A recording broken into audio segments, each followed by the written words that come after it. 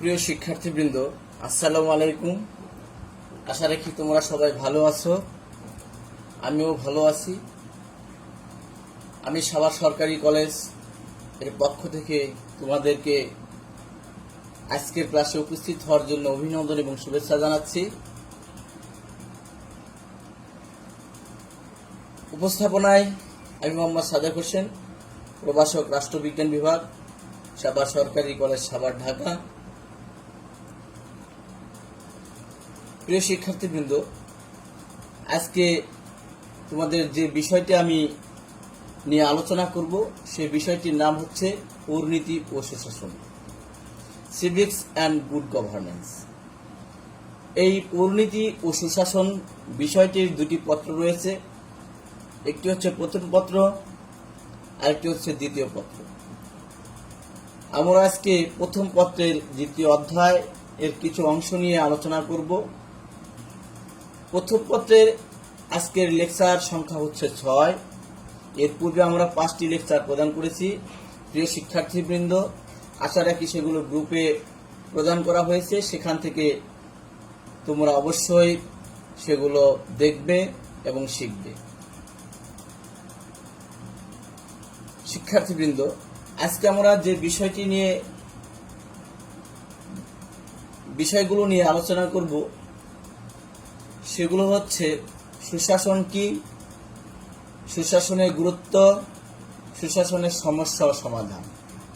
তাহলে আমরা কি কি শিখবো আজকে শিখবো সুশাসন, সুশাসনের উৎপত্তি ব্যাখ্যা, সুশাসনের গুরুত্ব এবং সুশাসনের সমস্যাসমূহ, এবং কিভাবে সুশাসনের সমস্যাসমূহ সমাধান করা যায় সে বিষয় নিয়ে আজকে আমরা আলোচনা করব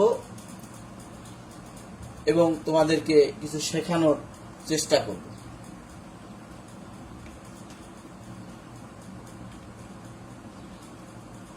শিক্ষার্থীবৃন্দ, সুশাসন সম্পর্কে যদি আমি ব্যাখ্যা করতে যাই তাহলে এক কথায় এটি ব্যাখ্যা করা সম্ভব না। এই সুশাসন শব্দটি একটি বহুমাত্রিক ধারণা, এটি বিভিন্ন বিষয় সম্পর্কে ইঙ্গিত করে। এই সুশাসন শব্দ যে গুড গভর্নেন্স, এটি আধুনিক কালের একটি আবিষ্কৃত শব্দ বা আবিষ্কৃত প্রত্যয়, যেটি 1989 সালে বিশ্বব্যাংক তাদের একটি সমীক্ষায় এই শব্দটি প্রথম ব্যবহার করেন। বর্তমান বিশ্বে সরকারি বেসরকারি প্রতিষ্ঠান সহ রাষ্ট্রীয় কাঠামোর সাথে জড়িত সকল অঙ্গ সংগঠনের এবং পৃথিবীর সর্বস্তরে সুশাসন বিষয়টি ওতপ্রোতভাবে জড়িত। কারণ মানুষের যে চাহিদা, মানুষের যে জীবন ব্যবস্থা সুন্দর এবং সুশৃঙ্খলভাবে পরিচালনার জন্য সুশাসন বিষয়টি খুবই গুরুত্ব বহন করে। তাহলে আধুনিক রাষ্ট্র ব্যবস্থায় এই সুশাসন শব্দটি আমাদের কাছে অতীব গুরুত্বপূর্ণ একটি বিষয়, যে বিষয়টি নিয়ে আজকে আমরা আলোচনা করতে যাচ্ছি। প্রিয় শিক্ষার্থীবৃন্দ, এখন দেখব আমরা সুশাসনের উৎপত্তি ও ব্যাখ্যা, origins and explanations of good governance. আমরা যদি সুশাসন শব্দটি ব্যাখ্যা করতে যাই তাহলে দেখা যায় বাংলায় সুপ্রত্যয় শাসনের সাথে যুক্ত হয়ে সুশাসন শব্দটি সৃষ্টি হয়েছে। এখানে হচ্ছে সুশব্দের অর্থ সুন্দর, সুশৃঙ্খল ইত্যাদি। যাই হোক, সুশাসনের ইংরেজি প্রতিশব্দ হলো গুড গভর্নেন্স। এই গুড গভর্নেন্সের গুড অর্থ সু, গভর্নেন্স অর্থ শাসন। তাহলে কি দাঁড়ালো? গুড গভর্নেন্স অর্থ দাঁড়ালো সুশাসন। এখন এই গুড গভর্নেন্সের গভর্নেন্স শব্দটি ল্যাটিন শব্দ গভর্নান্স থেকে উৎপত্তি লাভ করেছে, যার অর্থ দাঁড়ায় কি? জাহাজ পরিচালনা করা। তাহলে জাহাজ পরিচালনা করার সাথে সুশাসনের সম্পর্ক কিরকম, এটি আমাদের অবশ্যই জানতে হবে।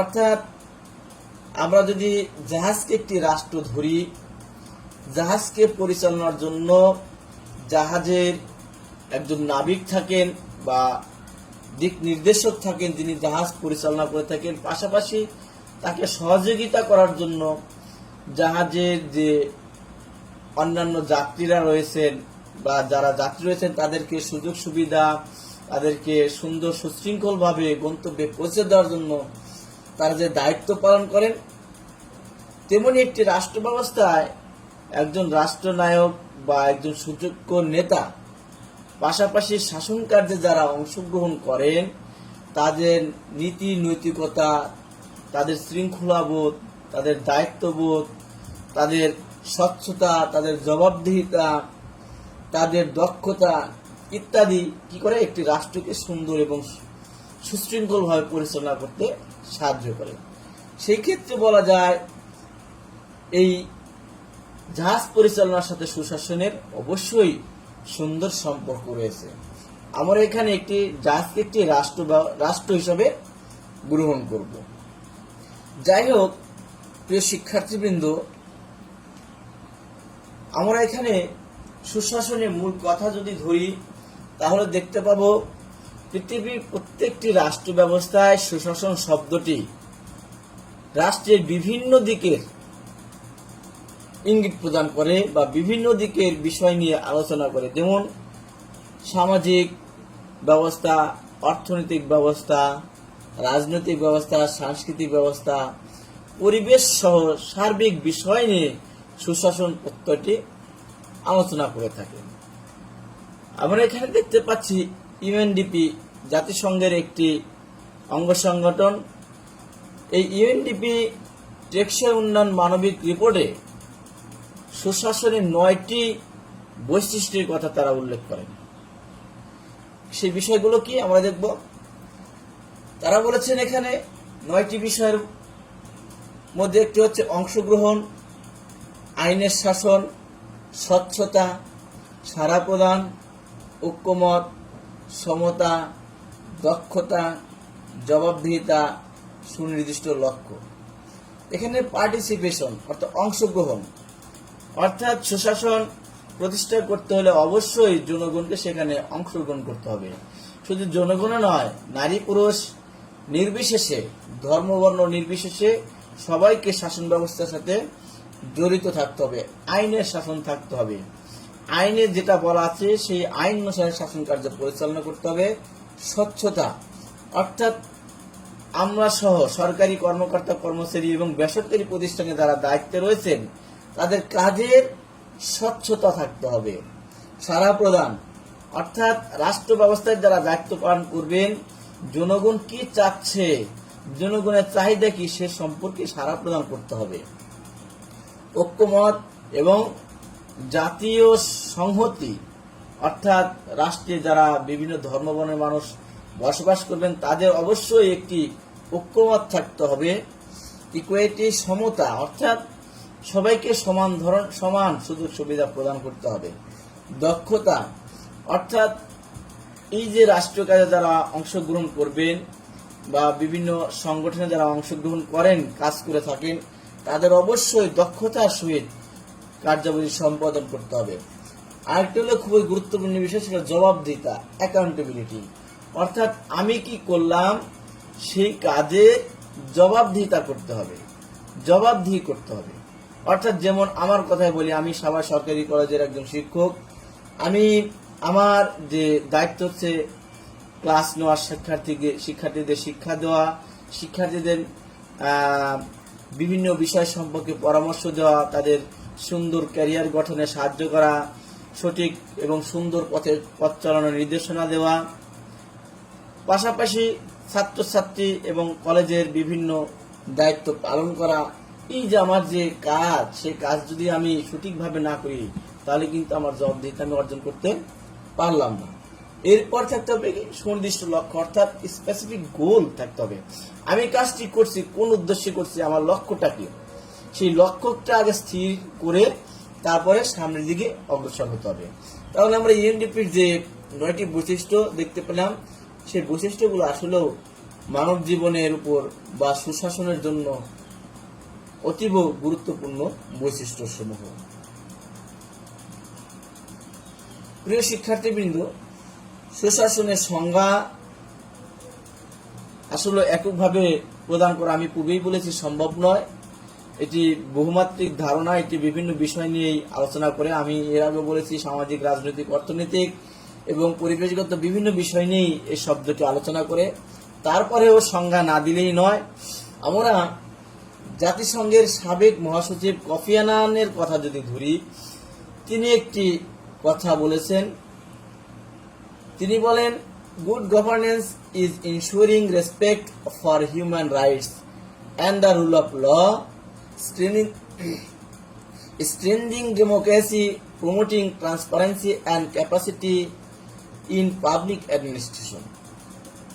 এখন দেখতে পাই আমরা, এটা যদি বাংলা করি, বাংলা করলে দাঁড়ায় সুশাসন মানবাধিকার ও আইনের শাসনের প্রতি শ্রদ্ধা নিশ্চিত করে, গণতন্ত্রকে শক্তিশালী করে, লোক প্রশাসনের স্বচ্ছতা ও সক্ষমতা প্রবর্তন করে বা অর্জন করে। যাই হোক, তাহলে আমরা কফি আনান সাহেবের যে সংজ্ঞা দেখতে পেলাম, সেখানেও দেখতে পেলাম আইনের শাসন কথা বলা হয়েছে, মানবাধিকারের কথা বলা হয়েছে, আইনের প্রতি শ্রদ্ধার কথা বলা হয়েছে, গণতন্ত্রকে শক্তিশালীকরণ, লোক প্রশাসন অর্থাৎ আমলাতন্ত্রের স্বচ্ছতা এবং জবাবদিহিতা বা সক্ষমতা বা স্কিল দক্ষতার কথা এখানে ইঙ্গিত প্রদান করা হয়েছে। আমরা যদি ঢাকা বিশ্ববিদ্যালয়ের অধ্যাপক মাহবুবুর রহমান এর কথা বলি, তিনি একটি সংজ্ঞা প্রদান করেছেন। তিনি বলেন, রাষ্ট্র পরিচালনার ক্ষেত্রে ব্যবহৃত রাজনৈতিক, অর্থনৈতিক ও প্রশাসনিক ক্ষমতার ব্যবহার করাকে শাসন বলে, যার মধ্যে জনগণের সুষ্ঠু চাহিদা এবং তাদের বৈধ অধিকার উপভোগের বাধ্যবাধকতা অন্তর্ভুক্ত থাকে। অর্থাৎ তিনি এখানে বোঝাতে চেয়েছেন, সুশাসন হচ্ছে এমন একটি রাজনৈতিক ব্যবস্থা বা অর্থনৈতিক প্রশাসনিক ব্যবস্থা যেগুলোকে একটি জনগণের চাহিদা থাকবে, যেখানে জনগণের বিভিন্ন অধিকারের কথা থাকবে, বাধ্যবাধকতা, জনগণ অধিকারগুলো ভোগ করবে, জনগণকে সুন্দরভাবে পরিচালনা করা হবে, সেই বিষয় নিয়েই তিনি সুশাসনকে সংজ্ঞায়িত করেছেন।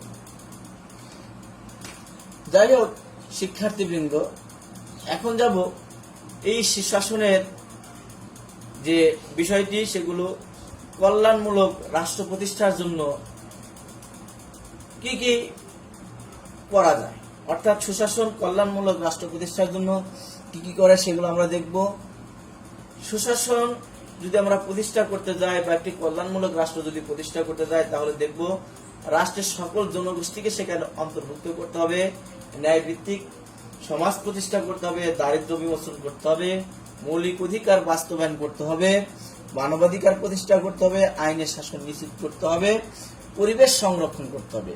তাহলেই কিন্তু একটি কল্যাণমূলক রাষ্ট্রের সুশাসন প্রতিষ্ঠা সম্ভব, বা সুশাসন প্রতিষ্ঠার মাধ্যমে একটি কল্যাণমূলক রাষ্ট্র প্রতিষ্ঠা করা সম্ভব।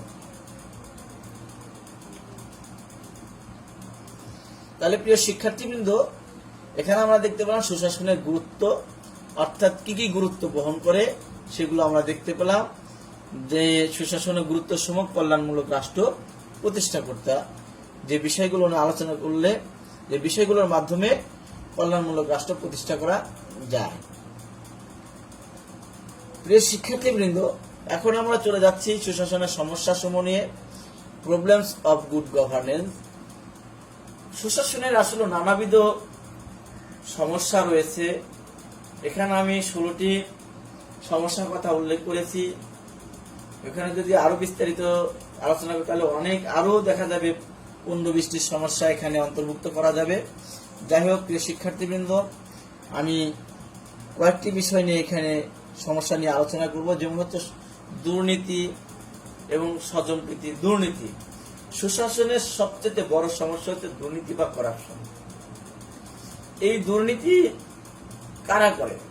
দুর্নীতি কিন্তু আমরা দেখতে পাই বর্তমান বিশ্বে শিক্ষিত শ্রেণীর মাধ্যমে দুর্নীতিটা বেশি হচ্ছে, অর্থাৎ তাদের কলমের খোঁচায় বা কলমের মাধ্যমেই দুর্নীতি বেশি প্রভাবিত হচ্ছে। বিশেষ করে আমলাতন্ত্রে আমরা এই প্রভাবটি অত্যন্ত দেখতে পাই। একটি ফাইলকে পরিচালনার জন্য বিভিন্নভাবে জনগণকে হ্যস্ত হতে হয়, অর্থাৎ ঘুষ, তেলবাজি এইসব সেখানে জড়িত হয়ে পড়েছে। এটা সুশাসনের সবচেয়ে বড় সমস্যা।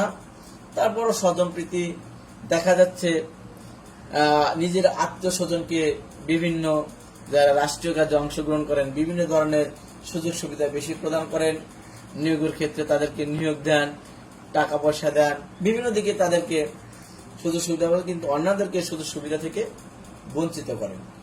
আর যেটা সুশিক্ষার অভাব, সুশাসনের অন্যতম বৈশিষ্ট্য হচ্ছে সুশিক্ষার অভাব, অর্থাৎ জনগণের মধ্যে সঠিক শিক্ষা নাই। আমাদের দেশে দেখা যাচ্ছে আমরা ধীরে ধীরে শিক্ষিতের হার বাড়লেও বা শিক্ষার হার বাড়লেও আমরা কিন্তু প্রকৃতিগত শিক্ষা বা স্বশিক্ষা বা সুশিক্ষা থেকে এখনো দূরে রয়েছে, যে কারণে আমরা দুর্নীতিতে আকৃষ্ট হয়ে পড়ছি। এরপর স্বচ্ছতা এবং জবাবদিহিতার অভাব সুশাসনের অন্যতম একটি বৈশিষ্ট্য।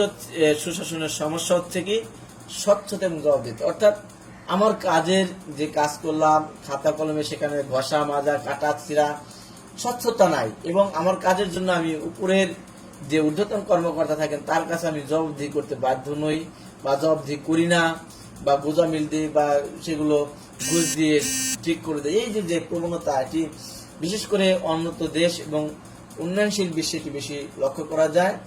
এরপর হচ্ছে যোগ্য নেতৃত্ব অভাব। আসলে একটি দেশের সঠিক সুযোগ্য নেতা না থাকলে এ ধরনের প্রবলেম বেশি সৃষ্টি হয়, অর্থাৎ সুশাসন প্রতিষ্ঠায় সমস্যা হয়। এরপর হলো আইনের শাসন অনুপস্থিতি, অর্থাৎ যারা অপরাধ করবে তাদেরকে শাস্তি প্রদান, যারা অপরাধ করবেন তাদেরকে মুক্তি দেওয়া, অর্থাৎ আইন যেখানে বলা আছে সঠিকভাবে আইনের শাসন বাস্তবায়ন। কিন্তু দেখা যাচ্ছে এটি বর্তমানে বিভিন্ন ক্ষেত্রে এটি অনুপস্থিতি দেখা যাচ্ছে, অর্থাৎ আইন যেটা বলা আছে সেখানে আইনের সঠিক বাস্তবায়ন হচ্ছে না। বিচার বিভাগের স্বাধীনতা হস্তক্ষেপ, যদিও বাংলাদেশের বিচার বিভাগ এখন পূর্ণ স্বাধীনতা, তারপরেও দেখা যাচ্ছে এই উন্নয়নশীল বিশ্বের উন্নত দেশে বিভিন্ন রাষ্ট্র ব্যবস্থায় যারা থাকেন, অর্থাৎ শাসন কার্যে ঊর্ধ্বতন কর্মকর্তা যারা থাকেন, তারা বিভিন্ন সময় বিভিন্নভাবে বিচার বিভাগে হস্তক্ষেপ করেন। আমলাতান্ত্রিক জটিলতা এটি একটি গুরুত্বপূর্ণ সমস্যা। গণতান্ত্রিক মূল্যবোধের অভাব, রাজনৈতিক অস্থিতিশীলতা, এটাও বাংলাদেশের একটি অন্যতম সমস্যা। বাংলাদেশে আমার জীবনে, আমি এই ছাত্র জীবন থেকে শুরু করে এখন এই শিক্ষকতা জীবনে দেখতে পাচ্ছি এই বাংলাদেশের অন্যতম সমস্যা হচ্ছে রাজনৈতিক সমস্যা বা রাজনৈতিক অস্থিতিশীলতা। এই যে হরতাল, অবরোধ, বোমাবাজি ইত্যাদি মাধ্যমে জনগণের জীবন মান ধ্বংস করা, জনগণের বিভিন্ন রাষ্ট্রীয় সম্পদ ধ্বংস করা, এই যে রাজনৈতিক অস্থিতিশীলতার মাধ্যমে সুশাসন প্রতিষ্ঠা করা কখনোই সম্ভব হয়ে ওঠে না। এরপর যেমন দুর্বল স্থানীয় সরকার ব্যবস্থা, কুসংস্কার ও নারী শিক্ষার অভাব, ক্ষমতার ভারসাম্যের অভাব, দারিদ্র্য বেকার সমস্যা বাংলাদেশের অন্যতম সমস্যা, গণমাধ্যমের স্বাধীনতার অভাব, তথ্যাধিকারের অভাব। প্রিয় শিক্ষার্থীবৃন্দ, এখানে আমি উল্লেখ করলাম সব বিষয় নিয়ে আমি বিস্তারিত আলোচনা এখানে করলাম না, তোমরা এখানে একটু নিজেরাই বিস্তারিত আলোচনা করবে, পয়েন্টগুলো দেখলে তোমরা বুঝতে পারবে। আমরা চলে যাচ্ছি এখন এই সুশাসনের সমস্যার সময় কিভাবে সমাধান করা যায় সেগুলো আমরা দেখব। আমরা আসলে সুশাসনের সমস্যার বিপরীতে যে বিষয়গুলো রয়েছে সেই বিপরীত বিষয়গুলো নিয়ে আলোচনা করলেই কিভাবে সেগুলো দূর করা যাবে সেগুলো নিয়ে আলোচনা করলে সুশাসন সমস্যা করা সম্ভব। যেমন আমরা দুর্নীতির কথা বলেছি, আগে দুর্নীতি সুশাসন প্রতিষ্ঠা করার জন্য বা সুশাসনের সমস্যা দূর করার জন্য অবশ্যই দুর্নীতি দূরীকরণ করতে হবে, স্বজনপ্রীতি দূরীকরণ করতে হবে, সুশিক্ষার প্রসার করতে হবে, স্বশিক্ষা বাড়াইতে হবে, সুশিক্ষা বাড়াইতে হবে, জ্ঞান বাড়াইতে হবে, স্বচ্ছতা এবং জবাবদিহিতা প্রশাসনে আনয়ন করতে হবে, যোগ্য নেতৃত্ব সৃষ্টি করতে হবে বা যোগ্য নেতার নেতৃত্ব দিকে এগিয়ে যেতে হবে, আইনের শাসনের সঠিক বাস্তবায়ন করতে হবে, বিচার বিভাগের স্বাধীনতা থাকতে হবে, বিচার বিভাগ যাতে পূর্ণ স্বাধীনভাবে সঠিক ন্যায় বিচার করতে পারে সে ব্যবস্থা করতে হবে, আমলাতান্ত্রিক জটিলতা দূর করতে হবে, গণতান্ত্রিক মূল্যবোধ জাগ্রতকরণ করতে হবে, রাজনৈতিক অস্থিতিশীলতা যে রয়েছে, প্রিয় শিক্ষার্থীবৃন্দ একটি এখানে ভুল হয়েছে, রাজনৈতিক স্থিতিশীলতা আনয়ন করতে হবে, রাজনৈতিক স্থিতিশীলতা আনয়ন করতে হবে, শক্তিশালী, এখানে স্থিতিশীলতা হবে, অশব্দটি বাদ যাবে, শক্তিশালী স্থানীয় সরকার ব্যবস্থা গঠন করতে হবে, সমাজ থেকে কুসংস্কার দূর করতে হবে, নারী শিক্ষার প্রসার করতে হবে, ক্ষমতার ভারসাম্য আনয়ন করতে হবে, অর্থাৎ একটি দলের কাছেই সম্পূর্ণ একটি আধুনিক রাষ্ট্র ব্যবস্থা আমরা দেখতে পাই, যেখানে গণতান্ত্রিক রাষ্ট্র ব্যবস্থায় সরকার দল থাকে, বিরোধী দল থাকে, সেখানে একসত্ব যদি ক্ষমতা থাকে তাহলে বিরোধী দলের কার্যকারিতা থাকে না। দুটি দলের ভিতরে ভারসাম্য থাকতে হবে। পাশাপাশি রাষ্ট্রের 3টি বিভাগ, সেই বিভাগের মধ্যে ভারসাম্য থাকতে হবে। গণমাধ্যমের স্বাধীনতা নিশ্চিত করতে হবে। তথ্য অধিকার অর্থাৎ জনগণ যে তথ্য পাওয়ার অধিকার থাকবে সেটা নিশ্চিত করতে হবে। তাহলে প্রিয় শিক্ষার্থীবৃন্দ, আমরা আজকে দেখতে পেলাম কিভাবে সুশাসনের সমস্যাসমূহ দূর করা যায়। এই বিষয়গুলো নিয়ে যদি রাষ্ট্রে বাস্তবায়ন করা সম্ভব হয় তাহলে একটি রাষ্ট্র অবশ্যই সুশাসন প্রতিষ্ঠার মাধ্যমে সেই রাষ্ট্রকে সুন্দর, সুশৃঙ্খল এবং পরিচালনা করা সম্ভব হবে এবং অচিরেই সেই রাষ্ট্র উন্নত রাষ্ট্রে পরিণত হবে। প্রিয় শিক্ষার্থীবৃন্দ, আজকে এখানেই শেষ করছি। তোমাদেরকে ধন্যবাদ জানিয়ে আজকের ক্লাসের এখানে সমাপ্ত ঘোষণা করছি।